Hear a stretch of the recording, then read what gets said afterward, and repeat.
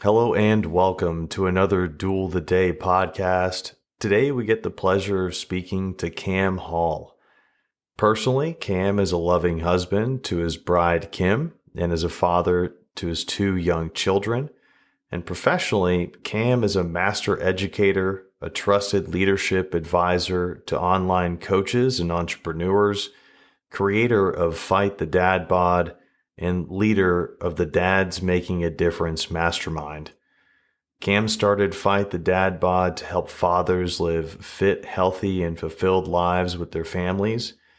And his Dads Making a Difference Mastermind challenges men to create a vision for their family, their business, and their impact, and challenges them to grow in 6 key areas: spiritually, emotionally, physically, financially, professionally, and intellectually.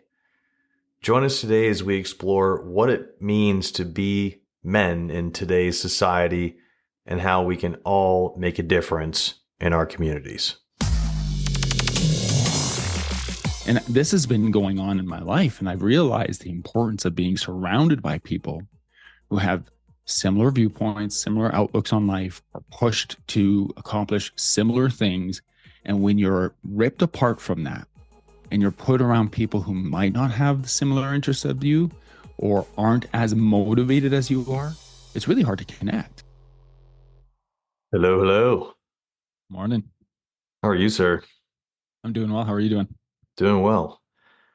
Just had a good Easter weekend. How about yourself? Yeah, same. It was good. Enjoyed it. Hi, Tyler. Hey, Cam, what's going up, on? Man? Not much. Good to see you guys. Good to see you as well.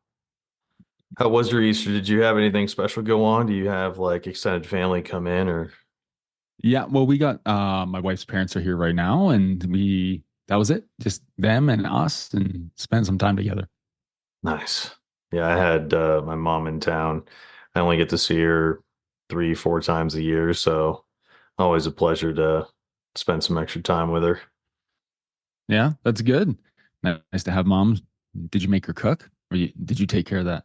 She's actually funny enough, she's on a diet, a fairly strict one. She listened to one of our other podcasts and got connected with the doctor that was talking about nutrition on there. Unfortunately, hasn't heard this episode yet, so but she was on a pretty strict diet, and so we kind of just cooked together.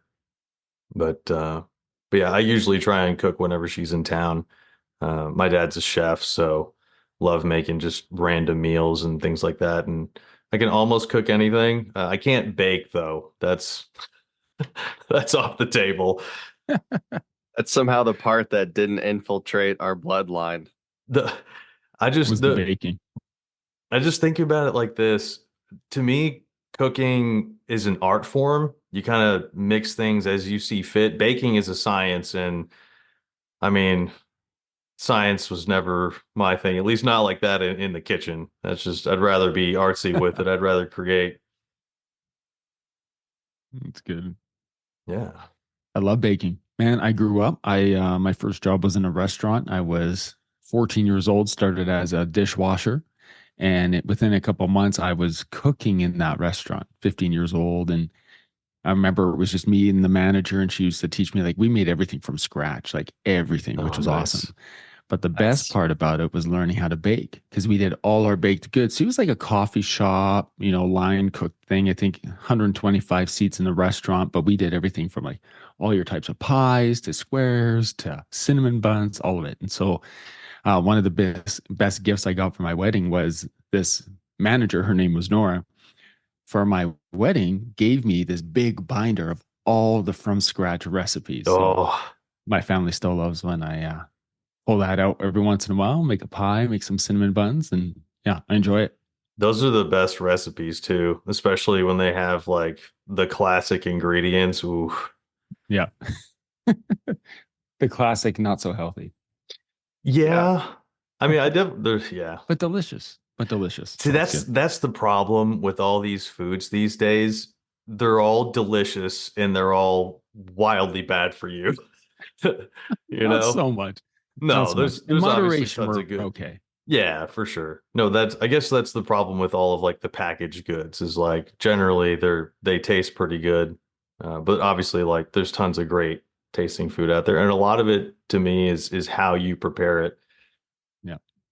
I wanted to ask you about salt. So Mm. my dad, when he was in chef school, after he graduated, I asked him, I was like, what's the biggest thing that you learned in chef school?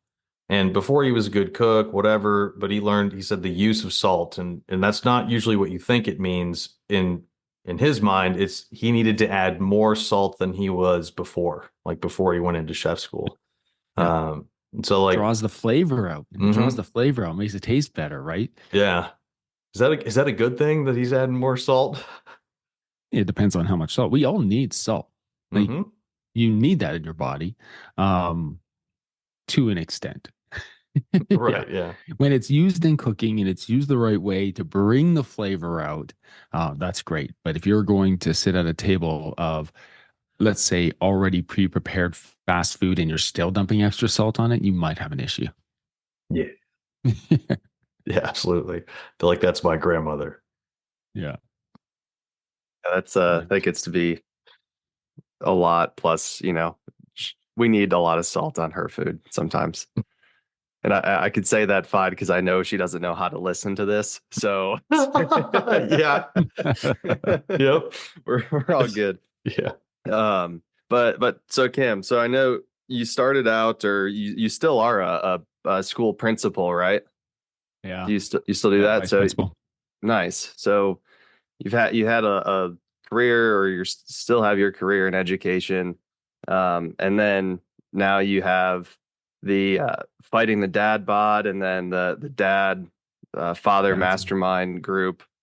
Where Yeah. along kind of your line in education did you see or feel a need for you to create those other two entities? Was it something that you just you needed yourself, and then you were able to um, bring that out into the world for other people? I guess what was kind of that transition area to where you're like, this is something that I feel called, or something that I have to do right now. Yeah. Good question. I think in everybody's life, we go through different seasons, right? And I'll give you some insight into what I'm doing right now as we speak, like where I'm sitting. I changed location today. I'm in my bedroom.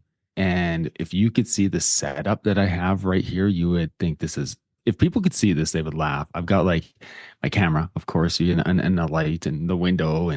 But I've got my computer set on a basket on a stool from the kitchen. I'm sitting in a chair and have a pillow behind me so I'm not slouching. And then my microphone, I hope you can hear me well, is on top of some old textbooks that I found in a box to bring the microphone high enough because it's sitting on a stool. And the reason is because we're doing some renovations in our house right now. In my office, the contractor is not done my office. The flooring's not done. And by the contractor, I mean me. So I'm not done my office yet. I put the flooring down, so I had to change location. Uh, but the reason I share this is because right now I'm looking down at these two textbooks, and it reminded me of a different season in my life and my wife's life. And the first one here, and I could show you, but I'd have to move the mic, is called Principles and Practice of Nuclear Medicine. And the one below it is Principles of Anatomy and Physiology. You see, my wife and I both started off in university getting Bachelor of Science in Kinesiology degrees. So that's where we started. I went into education and she went into nuclear medicine. So one of us overachieved.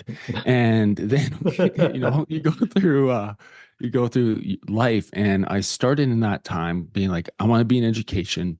Why do I want to be in education? I want to be in education because it drew something out of me that I didn't know was there before. And that was that connection piece. I love connecting with people. Um, the problem with it is I don't often love like listening to other people. Like I was not a school kid. Like I have in my office, I'm a vice principal of a high school, like you said, and in my office, I have what's called my detailed academic report, which shows all my grades through all my schooling. Now I can print that off at any time for any school kid in our school. And there's often times where we'll have conversations where I'll be like, hey, school can be tough. And I didn't really enjoy school, but here's why I'm here. They're like, we don't believe you. And so I'll pull it out and I'll show them. I'm like, here's my solid 51% in math 30, grade 12 math. Here's my 51 in chemistry, like, and the reason I got into education was to connect and have real conversations. It was not to disseminate knowledge and I'm an expert and do what I'm telling you. And when I was in university, I was playing college basketball. I was with my wife. We were dating at the time. But I was playing college basketball and I had to volunteer in the community. Uh, I don't want to call it community service. That has a pretty negative connotation up here. So it wasn't community service. I did not do anything legally wrong or against the law. But we did call it, it was our service hours for our team. And I had no car. I was taking the big white limo everywhere, the public transit bus. And I was taking that everywhere and I had no wheels to get anywhere. So I walked by this elementary school every day. And I was like, I wonder if I could volunteer there. And at the time, I was doing my principles of human anatomy and physiology and my bachelor of science, and with a hopeful to do a pre-med designation, physiotherapy. And I was walking into this elementary school and volunteering in a grade 3 classroom. And after about 2 months, I'm like, I kind of like this. So the next semester of college, I volunteered in a nearby junior high school, grade 7, 8, 9. Loved it. Did that for about 4.5 months and had a really good time. I was like, man, I think being called to change the direction. And so I moved to a new city, went to a new college, new university, and got an education degree because I felt that I was like, man, I think I'm meant to do this. And so now I've been a teacher for 17 years, in education for 17 years, in administration for 6 of those. And at some point along the journey, being an educator started to translate into different parts of my life. And that's when I became a dad. And I became a dad and I was like, struggling with my own health, struggling with my own fitness, my own balance in my life, 2 young kids. And I saw other guys doing the same. And I had discovered a system and a practice that really worked to help me maximize my health. And I was like, I want to help other guys do the same. So it was that calling of like helping other people and connecting with other people that called me to start Fight the Dad Bod in 2015 through an Instagram account, sharing my adventures with my family and my kids. And people would reach out because they're like, how do you do this? And so you asked like, when was it? I think I've always had this, how can I connect with other people in a way that's meaningful? And maybe selfishly because it just validates our purpose. I think we all want to do things that we know we do well. And I just have a knack for connecting with people in a way that they know that I'm actually listening to them and not just patronizing them. And so Fight the Dad Bod morphed from an Instagram account where I was sharing hikes with my kids to a full-blown coaching program where I was able to connect with hundreds of men and learn so much about men. And then that goes into the new season of learning where I was like, oh, these guys were coming to fitness nutrition coaching calls and they were bringing up stuff about being like time balance and relationships with their wife and how do I be more present when I'm exhausted? And man, I have this big thing coming up in my career. I don't know what decision to make. How do I do this? And so in 2022, I myself was going through a really tough spot. And in that moment of silence, I was like, guys need more. And that's where the idea of dads making a difference came from. So we still got Fight the Dad Bod, but now over here, I can serve guys going through my own experience, things that I've navigated as a 43-year-old man. And I'm able to speak into their life, hopefully so they can avoid the pitfalls and the roadblocks that I faced. So everything came with the season. Education, I love it. I'm still vice principal. Fight the Dad Bod's great. Love connecting with men in that community. Dads Making a Difference is a great place for me to connect with men more holistically in a way where we can dive into the harder issues. So I hope that answered your question. There's no like jump off point. I think it's all very natural in how this all morphed together. Yeah. I still every day like question, should I be doing all of this? And my wife will walk in the bedroom and I'm reading and I love to read. She's like, you just need to like settle for a bit. Like you're doing so much. Like you don't have to do it all. I'm like, no, but I can do this, this, and this, and this, and this, like, and she's like, I love your ideas, but I hate that you're just like so hard on yourself and you want to do everything perfectly. And I don't know about you, Nico and Tyler, but like, you can't do 5 things at 100%. We just don't have that capacity. No. And so there's times in my own journey right now that need to be very honest with myself. And I would encourage others listening to this to be honest with yourself. Are you doing everything well? Or are you doing everything all right? And I feel right now I'm doing everything all right. Yeah. Yeah. I feel like that's kind of an intrinsic trait with some men that like since we're problem solvers, we like to find lots of things that we can get our hands into and try and fix. But really Yeah. like if you're really not able to fix all of those problems at 100% or at the way they should be fixed, shouldn't be trying to do all of that at once. And I think the other side of it too, and you answered this with how you talked about your story and the seasons and everything, is if you're passionate about what you're doing, that's the thing you should be focusing your energy on. I think that's important to call out too. Yeah, I agree. I agree. It doesn't leave, I'm going to tell you, doesn't leave much time for golf. you know, No, no, it doesn't, That's unfortunately. what I'm worried about. Yeah, I know. no. But it doesn't, it doesn't. And I say that jokingly. I know both you guys love to golf. And so I say that jokingly, not to judge, but I love golf as well. And it's been something that I've had to be more intentional about planning. So where it used to be, I could just get up and go, sit on the couch, be like, oh, it's April, the Masters is on. Oh, I could go hit some balls, get in the truck and go. I have to be like, okay, no, between 4 and 6 on Saturday afternoon, I have a window of time. I'm planning to go do this. You Right. just need to be more intentional. Yeah. Yeah, you can definitely still do all of those things you're passionate about. Just Of course. takes a little extra planning. Yeah, of course. Yeah, I love what you said about how it was. You kind of felt it was just this. You just had this love for connecting and having a community approach to things, and that was it's kind of something similar I went through recently. Is I think your wife and mine are the same person. With like, wow, why do you do so many things? Stop doing so many things because just pick something. I'll support you in whatever you do, but just Yeah. pick something, right? Yeah. And yeah, I was just kind of going through like, okay, what do I feel like I want to do? What am I supposed to do? Or what's my purpose? What was I made for? And so I just kind of like went through all of the things that I want to do, right? I wanted to play professional golf to just see how far I could go with golf. I wanted to like have a bar, a restaurant, or a food truck. I've wanted to um, build gosh, now I'm just drawing blanks.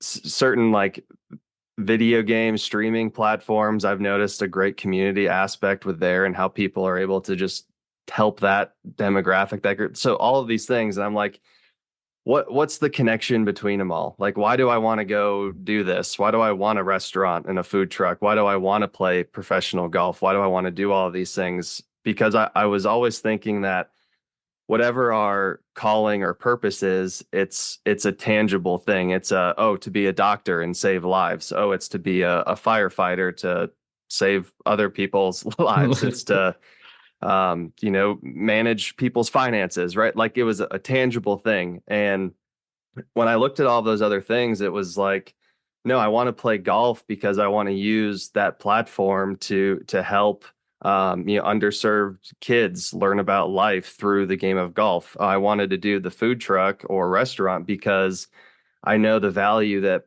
people can share and create memories with their families around food and be the vector for that. I wanted to do streaming platforms and build other communities because having just that, establishing that group around around a game or around a particular activity.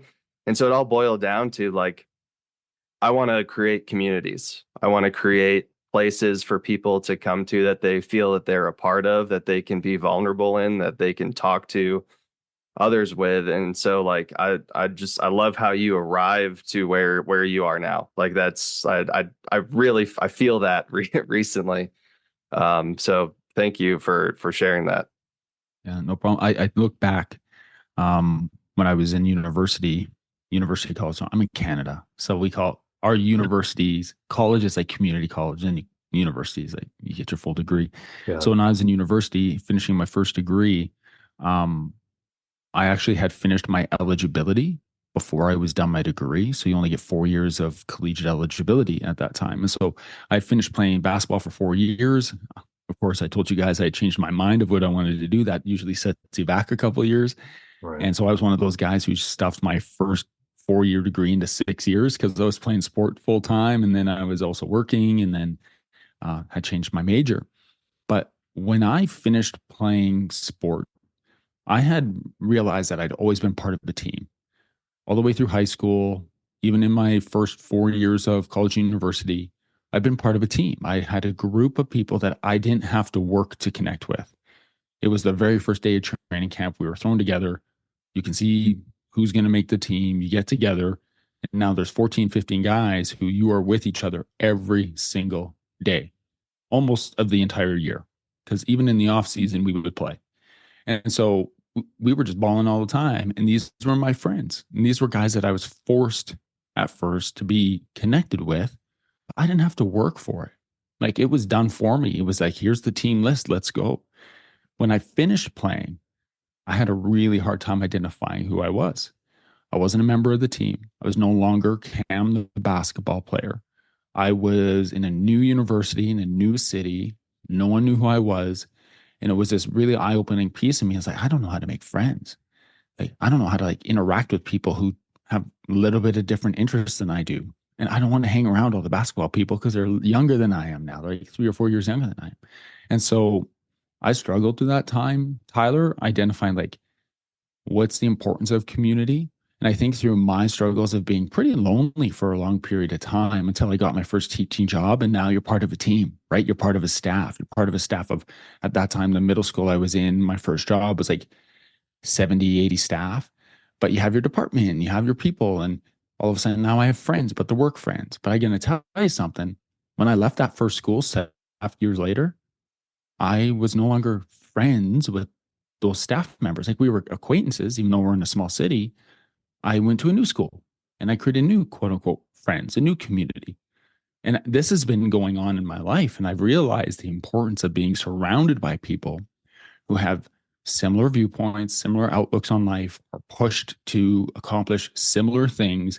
And when you're ripped apart from that and you're put around people who might not have the similar interests of you or aren't as motivated as you are, it's really hard to connect. So Fight the Dad Bod first started as a one-to-one coaching program. And it was like, again, through my story and everything else, but Fight the Dad Bod started as one-to-one. I was like, oh, this is great. I get to connect with guys, but I think these men would really appreciate connecting with each other. And so I created teams, little pods, and put guys together based on what I knew about their interests. And it was then that I saw we had a really kick butt coaching program, but then we had a community. And once you have community, you have momentum. And so even with dads making a difference, like the podcast is fun, the one-on-one calls are great, but it's the online community because men, you guys, myself, we thrive in community and we struggle in isolation. And I see so many men right now, Tyler, who don't have community, who don't have that constant line of what am I interested in across all these different places that I step into, whether I'm going to be a professional golfer, run a food truck, like what are my things that I bring to every situation that are consistent? And how do I make every community that I walk into better? And is it better when I leave than when I got there? And I think for me, that's a big driving force too. That's an amazing set of values to have, like with what you're doing, to want to help people and grow those communities. And you talk about like struggling in isolation, and I can definitely attest to that. I think I'm used to it at this point, and I understand that at least for the choices that I've made, I'm going to find some level of isolation in what I'm doing. But with the podcast, with trying to learn new things and go out and physically use my hands and be in nature, I'm minimizing that isolation. But that's absolutely right. Like you have to find people that are like-minded, because that makes it easier to share, makes it easier to establish goals, move forward. I mean, I could share a story. I told you my mom was visiting here recently, and she shared with me a story about trying to talk with other people, both in the workplace and outside, that like are have no interest in what she's talking about or no knowledge of what she's talking about. And it creates like super awkward situations, and your community gets smaller in those settings. So Yeah. yeah, you're absolutely right. And I'm not saying don't accept other perspectives or don't seek out other perspectives, because I think No, that's really absolutely. important. Yes. But when we are thriving, when we are at our best, we feel that not only are we part of a community, but we can contribute to it. And when we can contribute and we know we have purpose and we know we have meaning, that's when we feel our best. And that's when we're at our best for other people as well. And often that feeling of, hey, I can add value, it's because I'm around people where one, I know where they are because I've been there, or we have something in common where I use this conversation window analogy. I learned it somewhere along the way where our window is open so we can have open dialogue back and forth and ask questions and challenge each other. Where with somebody new who has a different perspective, it takes some time for me to gain understanding. So that window's opening and opening and opening. That takes time. But in a community where we thrive, we need to feel that we have input, that we have to have engagement and belonging and an impact there. So, yeah. Absolutely. No, go ahead, Ty.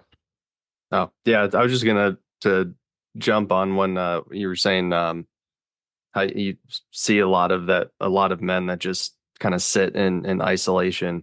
Why do you think that is? Why do you think that a lot of men stay in isolation when there's so like yours, there's so many communities out there that can give them a place to thrive in and feel a part of a team that's consistent, right? And it's not a job change like, oh, there goes this team, now here's my new team, right? I mean, what do you feel that the barrier is there? I'm very curious about this. So one of the things I've read, and Dr. John Deloney has an amazing book. Can't remember. So it's not his Build a Non-Anxious Life book. It's the one before that. And he was talking about the difficulty that men have in making friends. And he took a light approach to it, but in it, he pointed out some very things like we've never been conditioned, I think, as men to be vulnerable enough to go out and put ourselves out there. That there's this pressure on us to always have things figured out, to always be in control. And there's a point in our life where we might feel that we're in control and we have everything figured out. And then all of a sudden we look around and nobody's around us and we are alone. And it's in those moments of isolation as we grow and, until you start a family and you start to have your kids, you're responsible for a smaller unit. And it's really easy to close ourselves off saying and giving yourself the excuse more or less that I have my responsibilities. I know who I am. I know what I need. This is it. So I've been really interested in the conversations I've had with the men in our community. I've also joined other communities. Like you said, there are hundreds, if not thousands of communities for men out there. Oh, yeah. And yet they're only serving a small percentage of the men who are out there. So I was in a mastermind group, for instance, 151 men. Well, how many men are there in North America? Well, it's like, what, 300 million, 250 million men? Yeah, and there's 151 men in that group. Men are seeking connection, but I believe that we get to the point where we're like, I'm too old to make friends. That's beyond my comfort level. I don't know how to do that. I'd rather just, even with my quote unquote friends, do you get together and just talk about the game? Or do you ask each other like really tough questions? Do you have unfiltered conversations? Do you ask each other about your relationship with your wife, your relationship with your kids? Do you challenge the men that you interact with on their presence with their kids and their intentionality in what they're doing? I've called guys out before, like, man, are you just chasing money? Like, are you just chasing money right now? Like you're just chasing status and money for acceptance. And yet you have a family around you who accepts you no matter what. And one of my mentors used to say, you don't want to come home with a fistful of dollars to a house full of strangers. And so right now, like, what are you chasing? My mentor, Big A, Aaron Walker, says that. And so I want to answer your question, Tyler, and just say, hey, this is why guys are struggling with community. I don't have an answer for that. I'm every conversation I have with men, I'm curious to see why they're alone. And I found that in my conversations, I've learned that everybody has a different reason. A broken relationship. They can't find somebody that they connect with. They can't find somebody who has something in common with them. They don't know what they want from a relationship with another man, in an interaction, in a friendship. And so they shy away from it until they figure it out. So yeah, it's a great question, Tyler. I'm going to dig into this more and more over the upcoming years because I think this is such an important part of society right now is we need strong men who are connected.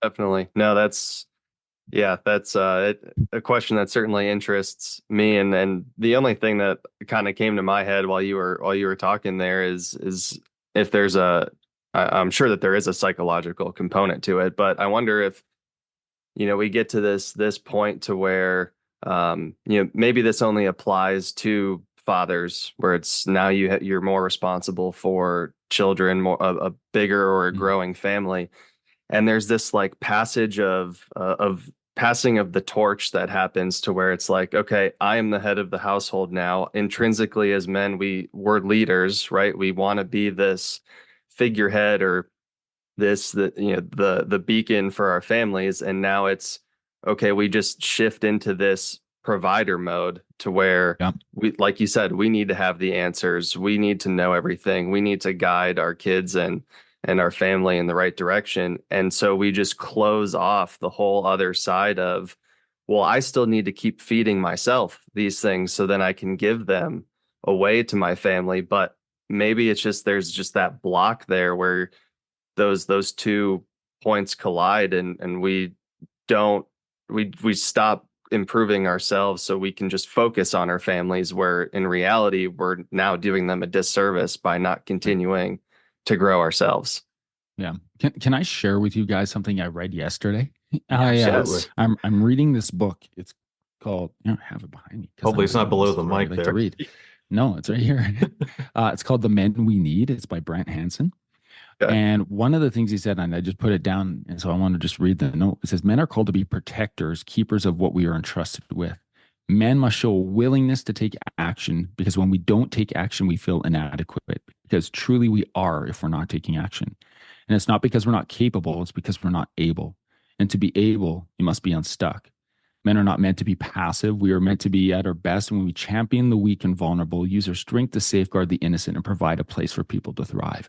And when I read that, I was like, this speaks to so much of my personal experience and when I have felt inadequate. And I'm like, am I championing the people I need to be?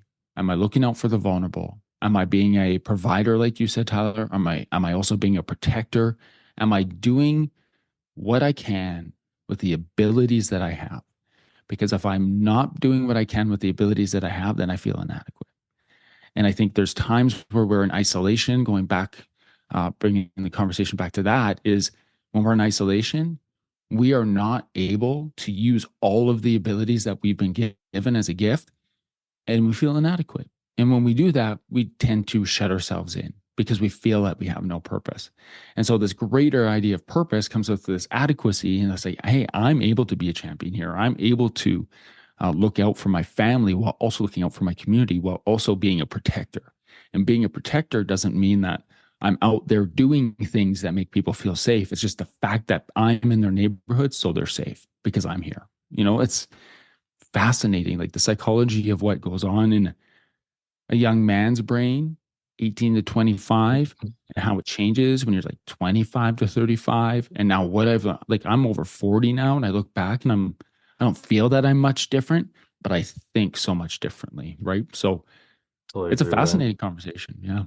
Yeah, and I also want to second that. I had an experience with that inadequacy that you were talking about late last year. Like, I'm currently my whole work financial situation is a little odd. So I lost a job that I had in mid 2023, and I have been applying and stuff like that, but don't have an official job right now. However, Yeah. through my cryptocurrency assets and everything like that, I'm building a business. I'm doing things outside.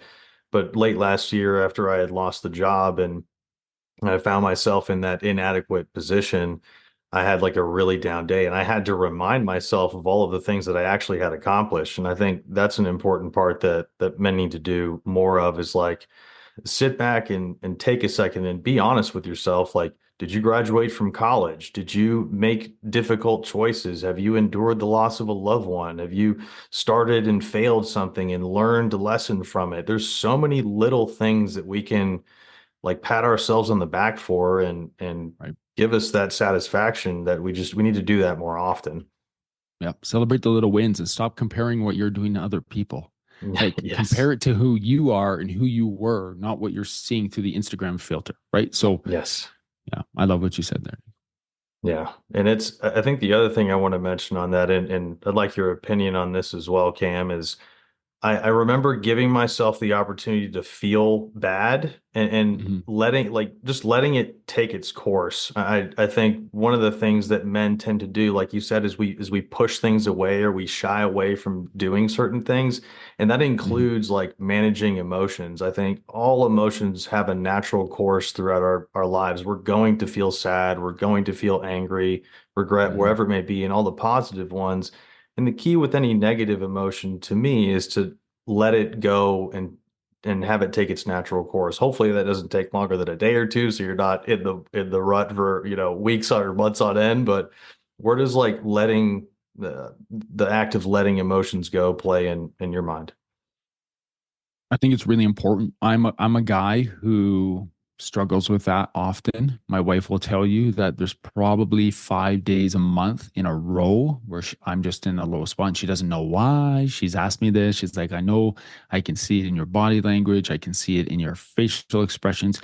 And then she's like, you're around me and the kids. And then all of a sudden, like, you're great and you work really hard at it. And then I can see that when you're by yourself, you're just like, whoa. And I can't explain it, but I can explain what I've learned from it. Um, if you rewind to 2022, January of 2022, I mentioned that's when my idea for Dad's Making a Difference came out of silence. I'll share a little bit with you guys. I was struggling with a lot of uh, pressures in my profession at that time. I had a lot of things on the go. And in the later end of 2021, when we were coming out of a global event that will stay unnamed here, there was a lot going on, especially in the world of education and online business and everything. So Mhm. um, I felt like I was juggling a lot and I was under extreme amount of stress. I didn't realize it, but I was. And in May of 2021, I started to notice something was happening. I'm a pretty fit person. I run a business called Fight The Dad Bod. I feel like I need to look the part. So I'm a pretty fit person. I'm pretty active and healthy person, all things considered. But I started to experience some things in my body that were not normal. And I developed this massive lump in my neck, which was concerning. I was having irregular heartbeat, things like that. And so it all came to kind of a climax in October, end of October, beginning November 2021. And it was in the middle of the night. And I woke up, and I think we've all been there when you've had either bad food and you have food poisoning, where you wake up in the middle of the night and Mm. you're sweating and you're like, I need to get to the washroom because something's going to happen. Like, this is not good. I need to go. And so I got up right here next to my bed, go to the washroom. And I'm like, wait, no, like nothing. No, I'm not going to get sick. And no, my stomach's okay. But I was like sweating and my heart was racing and I lost consciousness. And Wow. now I fall. I'm 6'5" in a little bit. So I fall and smash my face into the tile floor. It's about 2:30 in the morning. Wakes my wife up. My wife is 5'4.5". And so I'm right behind the door. She can't open it up. So she's running, she's calling my name. It's the middle of the night. I'm not responding. She finally gets it open enough she can squeeze through and she looks and I'm unconscious. I've smashed my face on the floor. So I'm gashed on my face, some blood coming out of my mouth and unconscious. So she calls 911, ambulance comes. She calls a friend. A friend comes over, keeps the kids in the basement. My two kids, their bedrooms are downstairs. She keeps them down there. I don't even know if they woke up. And the paramedics come in, they hook me up to everything. And I'm like, now I'm fine. Like, I'm like, I know what happened. I can remember what happened. I can remember the moment that I just felt like I was faint. Luckily, I didn't hit my face on the side of the counter or something, like went into the floor. But um, yeah, he's like, man, there's nothing like your heart, everything's normal. I encourage you to see your doctor, type thing. Yeah. So and then me being me, it took me like 2.5 weeks until I booked a doctor's appointment because I thought everything was fine. It was a one-off Wow. until it happened again. In the middle of the night, I woke up. I was like, whoa, what's happening this time? So I just sat on the floor and also lost consciousness, but was sitting on the floor already. So um, scary stuff. And so January 20th of 2022, I go to my doctor for to review some blood work, based on all of this, the lump in my neck, the regular heartbeat, these, whatever they are, episodes. And he looks at me. It's 2022. I'm in Canada. We're still having masks in medical facilities at that point in time. I got my hat on. I left work. My appointment was at 8:30 in the morning. Our school starts at 8 a.m. So I was already at work for about an hour. And I said, hey, I'll be back. I got to go to a doctor's appointment. I'll be back. I go to the doctor's appointment. I put my hat on. I got my mask on. My doctor, who's my age, whose son plays on my son's soccer team, same age, looks at me and says, how are you doing? I'm like, I couldn't even answer him, man. I couldn't even answer him. I just started to well up. I don't know why. Like a big tear comes out. I'm like, I'm not a weepy guy. And he looks at me, you're not doing well, are you? I'm like, no, I'm not. And he's like, I'm putting you out. I'm putting you out on a medical leave. You don't have a say in it. I'm not going to give you the forms to fill out. I'm just going to do it. I'm going to fax it to your employer. And you're out, man. Like, you got to take some time. Here's how you're going to feel over the next 12 weeks. And I was devastated. I felt guilty. I felt like I was letting the people at work down. It was like, what am I going to do with myself over the next, it was just like this turmoil of emotion that I couldn't explain. And through that period of time, I felt so much emotion, highs and lows. But then there was a time where I felt calmness, and I'm coming back to your question. I know I'm rambling, but I'm coming back to your question. No, this is great. Is in that time where this was my prescription, by the way, my doctor looks at me and he's like, hey, I'm a doctor. I prescribe things. He's like, I think you have high anxiety. I think this is caused by stress. There's nothing biological that's wrong with you right now. Like, nothing anatomical other than the lump in your neck that feels like a large vitamin is stuck in your throat every time you swallow. There's nothing like physically wrong with you. It's here. And I'm like, well, that's insulting, but thank you. So he says to me, here's your prescription. You have to get up at the same time every day. You got to go to bed at the same time every night. You need to get out in nature and walk your dog every single day. And you have to work out every day. That's what you have to do. That's a prescription. I looked at him. I was like, okay. So I did it. That's what I did. Every day, had a routine, got up at the same time, left the house, kids went to school, my wife went to work. Instead of staying in the house, which I'll be completely honest, I hid in my house for 2.5 weeks. I don't want to come out because I'm a vice principal of a large high school that's 6 blocks away. And if people saw me during the day, they'd be like, why aren't you at work? And I didn't want to answer any questions.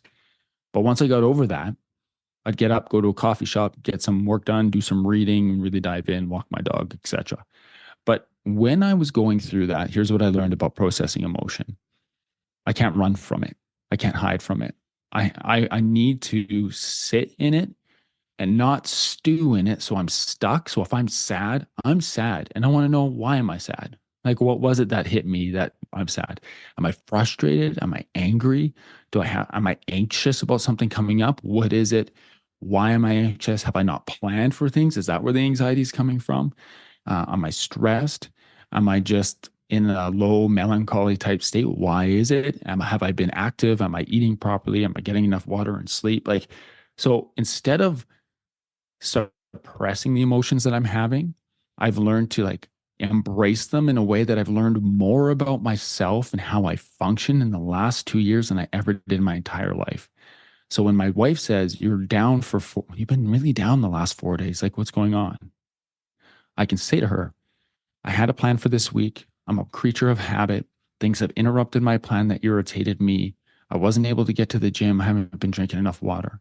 Those things combined have put me into a spot where I'm really low. I just need to get a couple wins in. And she'll say, get off your ass and get to the gym. And so she'll help coach me through it, right? Because we need that. We need to be honest with our emotion and process through it. And we also need help and people to call us on our crap and just say, go do this. And so, yeah, long answer to your question, but with emotion, I think it's really important that as men, we know it's okay to be emotional. Doesn't mean like I'm sitting around crying all the time, but it's like, hey, we all have emotions. We are human beings that feel emotion, and we feel them for a reason. It's because it's trying to tell us something. So let's embrace it. Let's think through it. Let's ask questions of people around us and what they notice from us in those periods of time. And you will learn more about yourself as a man in those moments and the times where everything is going well.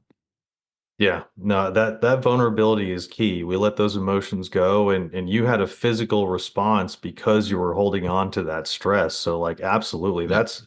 that's a wonderful story that and love when you take your time and explain that stuff. It gives a lot more color and context. So thank you. But yeah, listeners need to take that away that if you don't let your emotions process, have some help through with your loved one or your family, and ask yourself those questions so you can let those emotions go, they're going to stick around and they're going to become that lump in your neck. They're going to become the sweat at Yeah. night. And that's where the problem arises. So we have to be vulnerable when it comes to that for sure. Yeah, and it'll be on your face and you won't know it. And do you want to know the best barometer of my facial expressions of my entire life right now is my 12-year-old daughter. Because I will walk down the hall and she'll be like, "Are you okay?" I'm like, "Yeah, I'm okay." "Are you sure?" Because she just reads my body language, right? I'm in the truck, I'm driving her climbing yesterday, and she's like, looks over at me, "Are you all right?" "Yeah, Maya, what's wrong?" Like, she's like, "No, what's wrong with you? Like your face, you don't look happy." Like she's so in tune with that, that instead of being dismissive, now I've been like, so yesterday in the truck, she's like, "Are you all right?" I'm like, "Yeah." I'm like, "Well, actually, let me think. No, dad's got a lot in his head right now. Here's what I'm thinking about. What do you what's your opinion?" And so I started to ask for, and that's building a connection between us. That's something I learned from Dr. Meg Meeker when I got to talk with her a little while ago. But I was just like, instead of brushing it off and say, "No, everything's fine," Maya saw something in me that tells her that something's not all right. Let's lean into that. And let's use this as an opportunity to connection and as to model the processing of emotion. So yeah, it's cool. Absolutely. Yeah, Love love that. that. Thanks for thanks for sharing that experience and that story. I'm definitely gonna steal some of that with Yeah. because my wife asks me the same thing like multiple times a month, like, "You okay? You doing all right?" And I've always just, Right.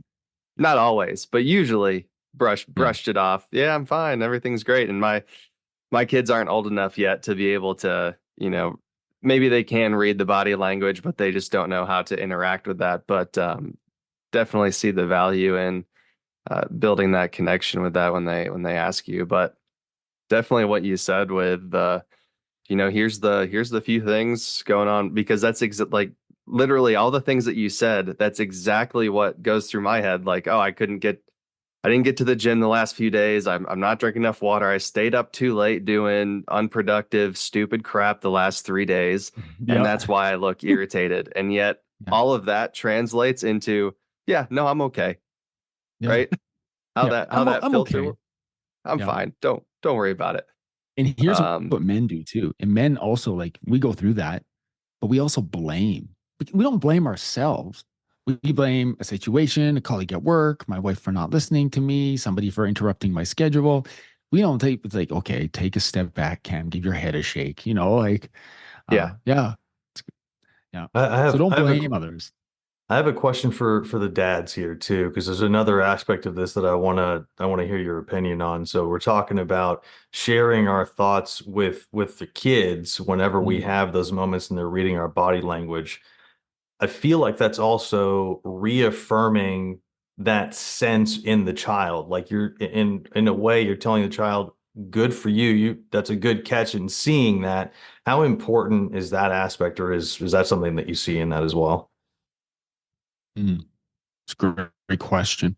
It's a question. I mentioned Dr. Meg Meeker. She's a pediatrician, wrote a book, Strong Father, Strong Daughter, Strong Mother, Strong Son. She's written lots of books. And I was able to have her on my podcast a couple of weeks ago. And I asked her that and what I'm doing with Maya in the truck when she asks if I'm okay is something that I learned from that conversation that I'm trying, because I want to be intentional in that my kids will pick up on my cues of how I'm teaching them. They're learning from me. So they'll pick up on my cues of how I manage that question, how I process emotion, how I model working through it. And it's my hope that not only am I challenging myself to be more open and honest and a little bit vulnerable with my kids, that I'm modeling that for them, because my daughter's 12, my son is 9. And in 2 years, when my daughter's 14 or 4, when she's 16, and she is navigating the complexities of being a teenager and a young woman, that I want that openness and that connection to still be there so that I can say, Maya, is something wrong? Like, what's bothering you? What are you thinking? And she's not like, nothing, I'm fine, Dad. Then she'll be like, well, yeah, something's wrong. I don't know what to do about this. What do you think? So it's my hope that I'm modeling in our conversations that we can trust each other, that we can be open. And as a dad, my hope is that my kids will pick up on that. And whether it's with me or another trusted adult, or of course, their mom, that when somebody asks them if they're okay, that if they're not, it's okay for them to say so. They don't have to hold it in. Because in my experience as a vice principal, I work with near 1,300 kids in our school. And my conversations with kids often are with kids who are not okay. And they have it all, packed up inside them. They haven't processed through it. They just need somebody to listen to them and not tell them they should do this or they're wrong, but to listen and ask them questions. And so I just hope that in my modeling of that, I'm teaching my kids through that process as well. Yeah, that definitely seems like a wonderful example for sure. What do you think, Ty? Or did you have something else? I totally agree. It's my kids are 4 and 2, and so there's not a whole lot of there is some modeling that I can do for them, like clean up their Lots of toys for modeling. them. Yeah. So There's lots of modeling that you can do, right? there's I think lots. right now, I think about where you're at, 4 and 2. It's such a fun age. They're all fun ages, but like 4 and 2, now the youngest one is like really learning to interact. And Yeah. so, interact with the sibling and with parents and like you're looking at this weird pecking order thing.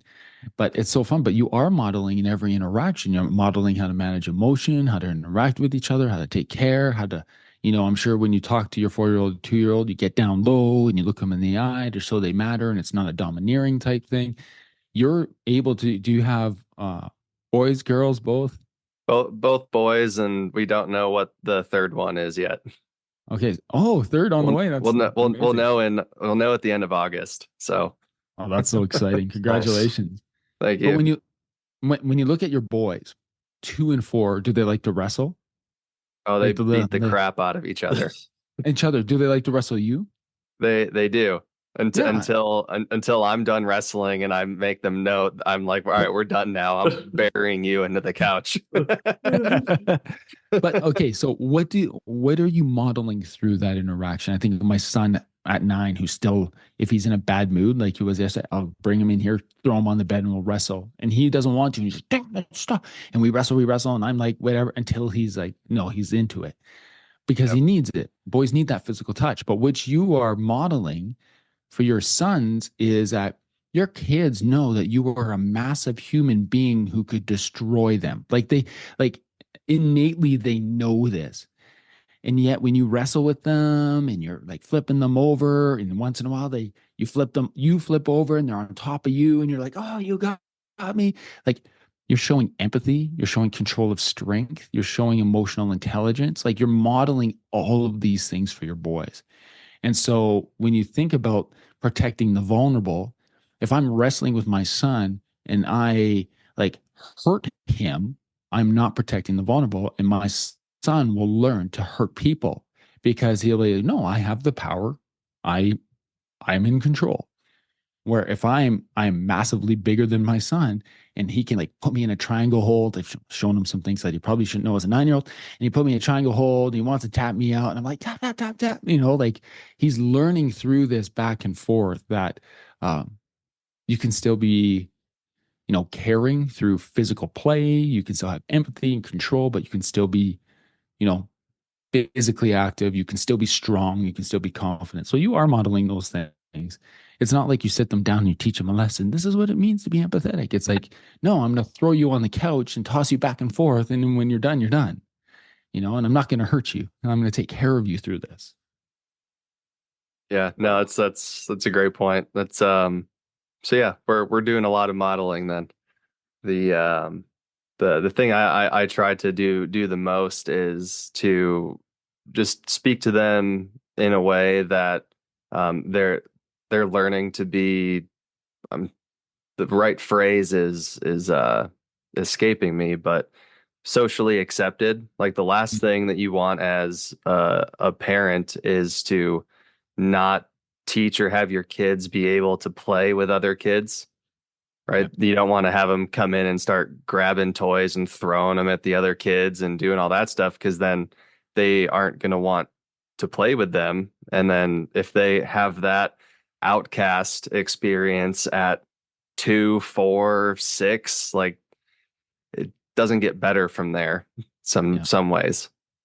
Yeah. So No, and if they don't manage that, or you guys don't model it, they may encounter bullying, which I definitely encountered myself. Cam, have you had any situations with you encountered bullying or your kids or anything like that? Because yeah, if you don't address I that, did, yeah. it'd be bad. Wow. Okay. Yeah, it's bad. Like I remember moving when I was, it was like a week before my 12th birthday. I grew up in Calgary, Alberta, which is a city of about 1.6 million people, big center. And then right before I was 12, my family moved to a small town about an hour and 50 minutes northeast of Calgary. It's called Three Hills, but it's like 3,000 people. But we didn't move to town. We moved to like an acreage 25 minutes outside of town.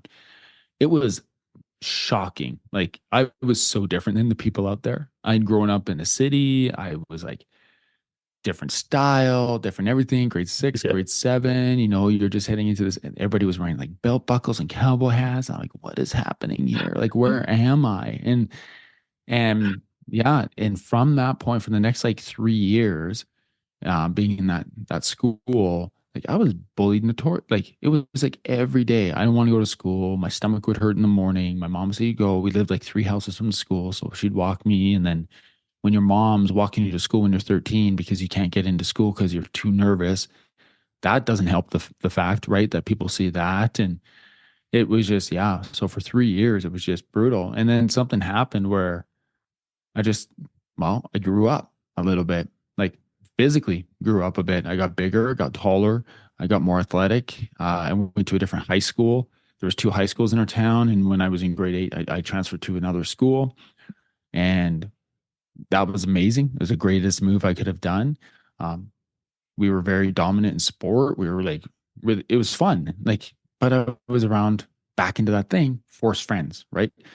But yeah, man, that bullying, I look at my son right now and I pick up on these little things that aren't bullying, but I'm like hypersensitive I watch him with his friends at the park, or I watch him at the park with strangers. And if kids don't want to play with him, I'm like, oh, I wonder why not? Like, what's wrong with him? Like, what do we need to work on? Like, and he's the most social kid ever. Like, he's happy. He's not shy. And my daughter's very shy. I was very shy, but I'll give you a story about my son real quick, because this speaks to his personality. We love to camp. And so we go to these campgrounds and we'll stay. And for the first 4 years of our kids' lives, like until Maya was 5 and Bray was 3, we lived in a pop-up tent trailer for a month every year. In the summer, we just like hook it up and we would just go. And our family of 4 would live out of this pop-up tent trailer from 4 to 6 weeks. And so we got to experience all these different campgrounds. Well, it'd be like 6 in the morning because my kids are up early. I'm up early, 6 in the morning, and I'm making pancakes on the griddle outside in the campsite. And I can hear Bray yelling.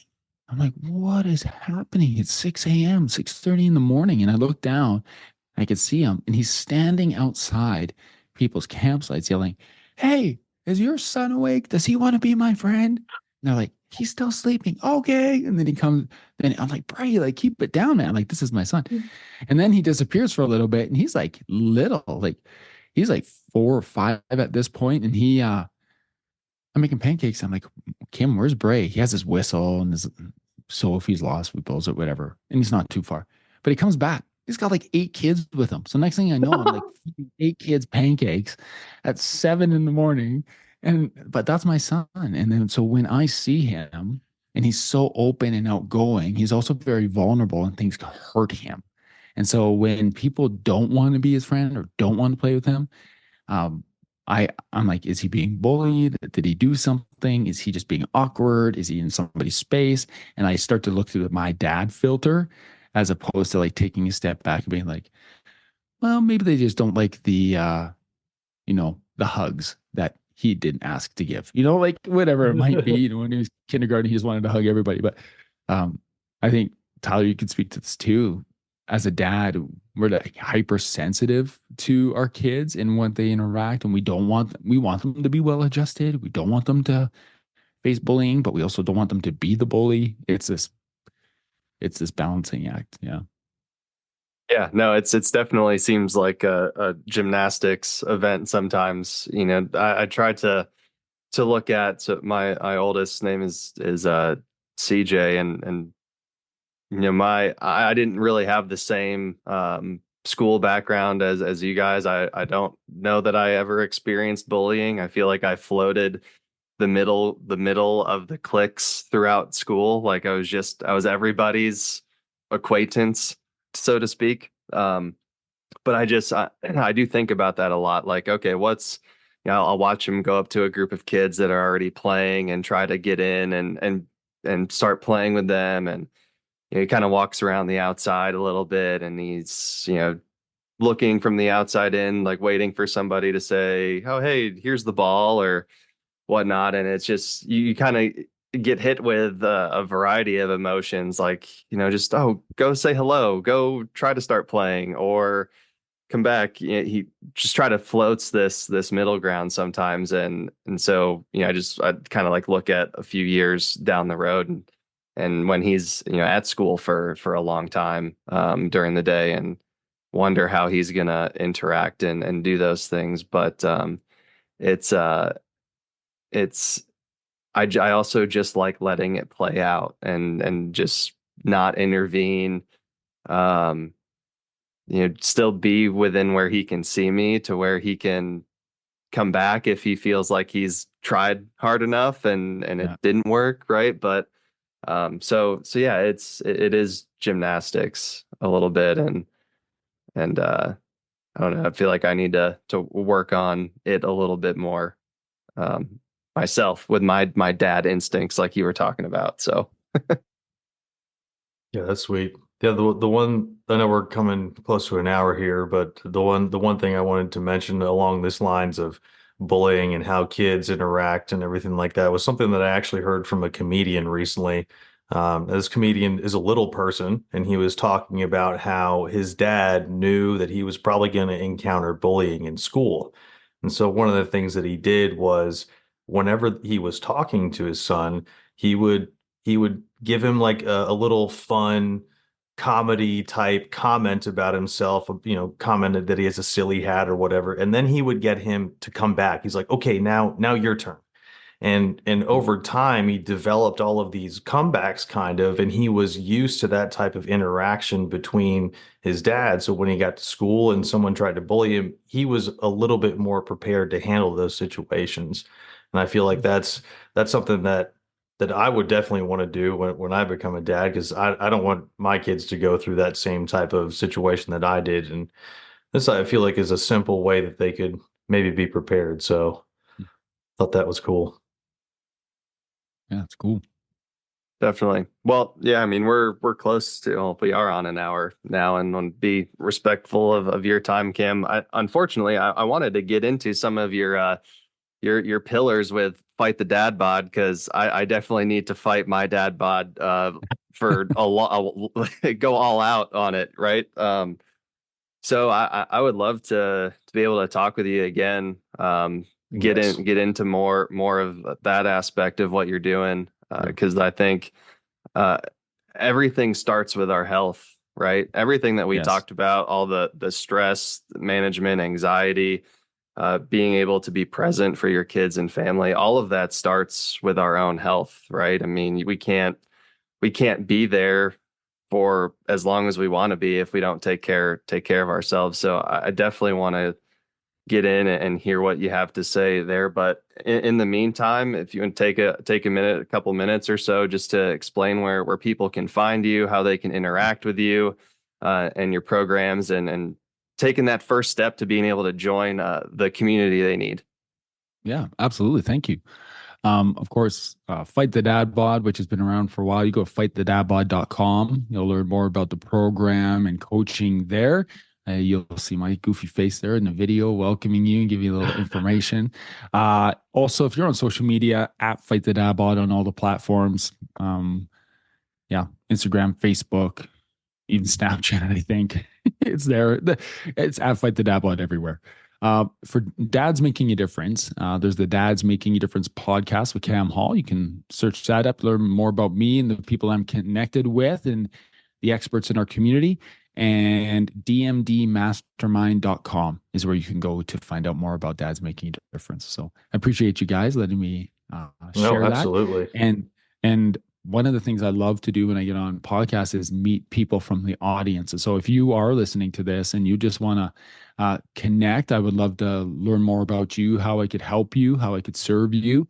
The best way to speak with me directly is to go to callwithcam.com and just book a free consulting call and point you in the right direction. Excellent. Well, I definitely think people should reach out to you if they're having any of those problems with vulnerability, especially men. And if they need some help losing weight as well. Definitely want to reconnect for a part two, Cam. This was a pleasure. Of course. Yeah. Thanks, guys.